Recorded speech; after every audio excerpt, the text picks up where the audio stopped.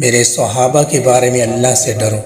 رسول اللہ صلی اللہ علیہ وسلم نے فرمایا، میرے صحابہ کے حقوق کے متعلق اللہ سے بار بار ڈرتے رہنا، میرے بعد انہیں نشانہ مت بنانا۔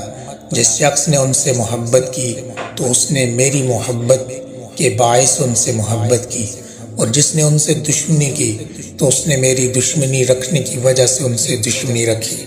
جس شخص نے ان کو اذیت پہنچائی اس نے مجھے اذیت پہنچائی، اور جس نے مجھے اذیت پہنچائی اس نے اللہ کو اذیت پہنچائی۔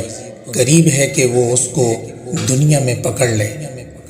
قال رسول اللہ صلی اللہ علیہ وسلم، اللہ اللہ فی اصحابی لا تتخذوهم غرضا من بعدی فمن احبهم فبحبی احبهم ومن ابغضهم فببغضی ابغضهم ومن آذاهم فقد آذانی ومن آذانی فقد آذى الله ومن آذى الله فيوشك أن يأخذه۔